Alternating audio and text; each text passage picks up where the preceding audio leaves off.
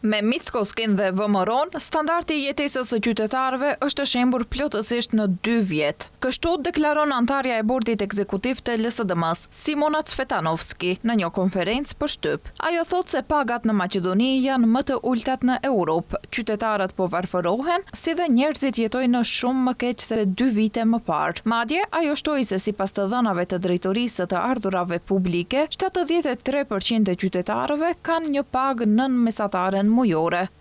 Të dhënat e DAP për vitin 2025 tregojnë se madje 73% e qytetarëve ka një pagë nën mesataren mujore, do me thënë nën pagën mesatare në vend. Plot gjysma, 50% e të punësuarve kanë marrë një pagë midis 24.000 denarëve dhe 36.000 denarëve.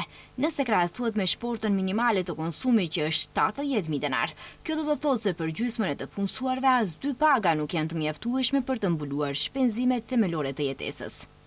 Tutje, ajo thot se shumica e qytetarëve mezi ja dalin mban dhe se jeta është bërë shumë e shtrenjtë, sa që pagat nuk përballojnë rritjen e çmimeve, ku vlerëson se madje edhe ushqimi është bërë luks, si dhe faturat janë shumë të larta. Antarja e bordit të LSDM-s thot se refuzimi i qeverisë së Mickoskit për të rritur pagën minimale në 600 euro çon drejt për drejt në varfëri. Ndërprerja rritjes së pagave, refuzimi i qeverisë së Mickoskit për të rritur pagën minimale në 600 euro çon drejt për drejt në varfërinë e familjet e punëtorëve. Prindërit duhet të mendojnë për çdo denar, ata detyrohen të shkurtojnë për të siguruar kushtet themelore për fëmijët e tyre. Sot vetëm Mickoski dhe organizata e tij kriminale VMRO janë të pasur dhe financiarisht mirë.